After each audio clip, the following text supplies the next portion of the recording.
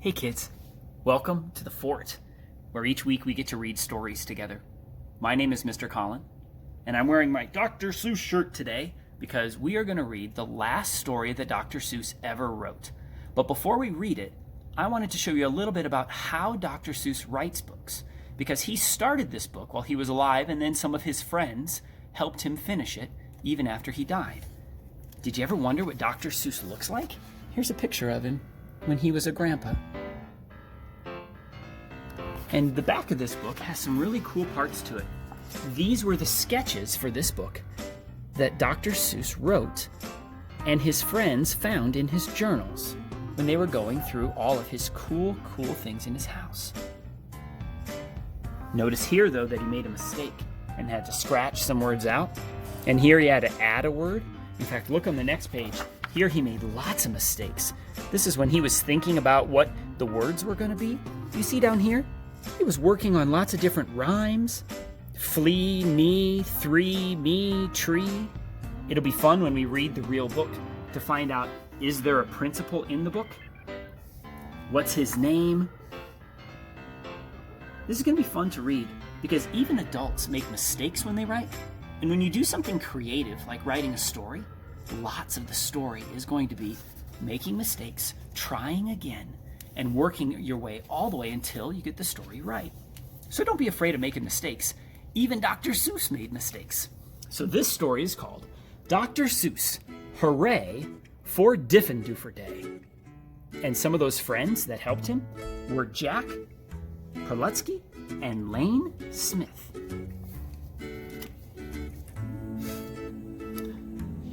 I've always lived in Dinkerville. My friends all live here too. We go to Diffendoofer school. We're happy that we do. Our school is at the corner of Dinkzuber and Dinkzot. It looks like any other school, but we suspect that it's not. I think we're learning lots of things not taught in other schools. Our teachers are remarkable. They make up their own rules. Miss Bobble teaches listening. Miss Wobble teaches smelling. Miss Fribble teaches laughing, and Miss Quibble teaches yelling. Miss Twinning teaches tying knots in neckerchiefs and noodles, and how to tell chrysanthemums from miniature poodles. Miss Vinning teaches all the ways a pigeon may be peppered, and how to put a saddle on a lizard or a leopard. My teacher is Miss Bonkers. She's as bouncy as a flea. I'm not certain what she teaches, but I'm glad she teaches me. Look, she chirps, I'll show you how to tell the cactus from a cow. And then I shall instruct you why a hippo cannot hope to fly. She even teaches frogs to dance, and pigs to put on underpants. One day she taught a duck to sing. Miss Bonkers teaches everything. Of all the teachers in our school, I like Miss Bonkers best. Our teachers are all different, but she's differenter than the rest. We also have a principal. His name is Mr. Lowe. He is the very saddest man that any of us know. He mumbles, "Are they learning this and that and such and such?" His face is wrinkled as a prune from worrying so much. He breaks a lot of pencil points from pushing down so hard. And many dogs start barking as he mopes around the yard. We think he wears false eyebrows. In fact, we're sure it's so. We've heard he takes them off at night. I guess we'll never know. But we know he likes Miss Bonkers. He treats her like a queen. He's always there to watch her when she's on her trampoline. There are many other people who make Diffendoofer run. They are utterly amazing. I love every single one. Our nurse, Miss Clot, knows what to do when we've got sniffles or the flu. One day I had a splinter, so she bandaged me from head to toe. Mr. Plunger, our custodian, has fashioned a machine, a super zuper flooper doo. It keeps the whole school clean. Our music teacher, Mrs. Fox, makes bagpipes out of straws and socks. Our art instructor, Mr. Breeze, paints pictures hanging by his knees. In science class with Mr. Katz, we learned to build robotic rats. In gym, we watched as Mr. Bear hoists elephants into the air. Miss Loon is our librarian. She hides behind the shelves and often cries out, "Louder!" when we're reading to ourselves. We have 3 cooks, all named McMunch, who merrily prepare our lunch. They make us hot dogs, beans, and fries, plus things we do not recognize. As they cook, they sing their song, not too short and not too long. Roast and toast and slice and dice, cooking lunch is oh so nice.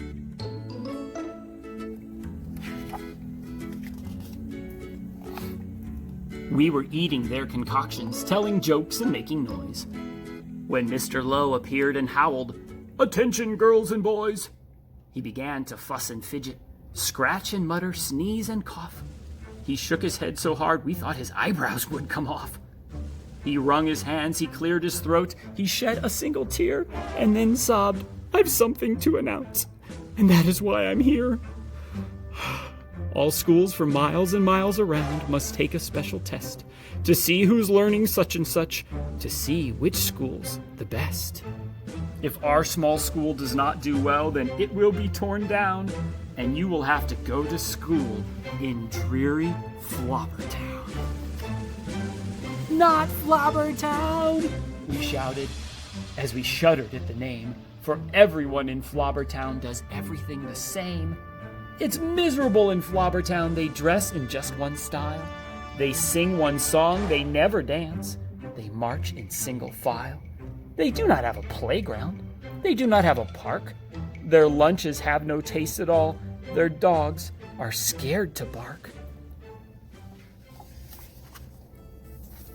Miss Bonkers rose. "Don't fret," she said. "You've learned the things you need to pass that test and many more. I'm certain you'll succeed. We've taught you that the earth is round, that red and white make pink, and something else that matters more. We've taught you how to think." "I hope you're right," sighed Mr. Lowe. He shed another tear. "The test is in 10 minutes, and you're taking it right here." We sat in shock and disbelief. "Oh no," we moaned, "oh no."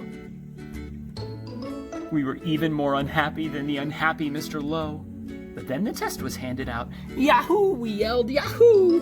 For it was filled with all the things that we all knew we knew. There were questions about noodles, about poodles, frogs, and yelling, about listening and laughing, and chrysanthemums and smelling. There were questions about other things we'd never seen or heard, and yet we somehow answered them, enjoying every word. 1 week later, after recess, Mr. Lowe meandered in. We'd never seen him smile before, but now he wore a grin. He soon began to giggle, and then his giggle grew by half, and then it really happened. Mr. Lowe began to laugh. "You've saved our school! You've saved our school!" he jubilantly roared. "We got the very highest score." He wrote it on the board. Miss Bonkers did some cartwheels till her face turned cherry red. She bounded up to Mr. Lowe and kissed him on the head. "Hooray, hooray," she shouted. "I'm so proud I cannot speak." So she did another cartwheel and she pecked him on the cheek. Coughed Mr. Lowe. "You all deserve a bow. I thus declare a holiday. It starts exactly now. Because you've done so splendidly in every sort of way, this day forever shall be known as Diffendoofer Day. And furthermore, I promise I won't ever wear a frown, for now I know we'll never go to dreary Flobbertown." Then we held a celebration. There was pizza, milk, and cake. Like everyone, I ate too much and I got a bellyache. We laughed and whooped and hollered the entire school day long. And then we all sang triumphantly the Diffendoofer song.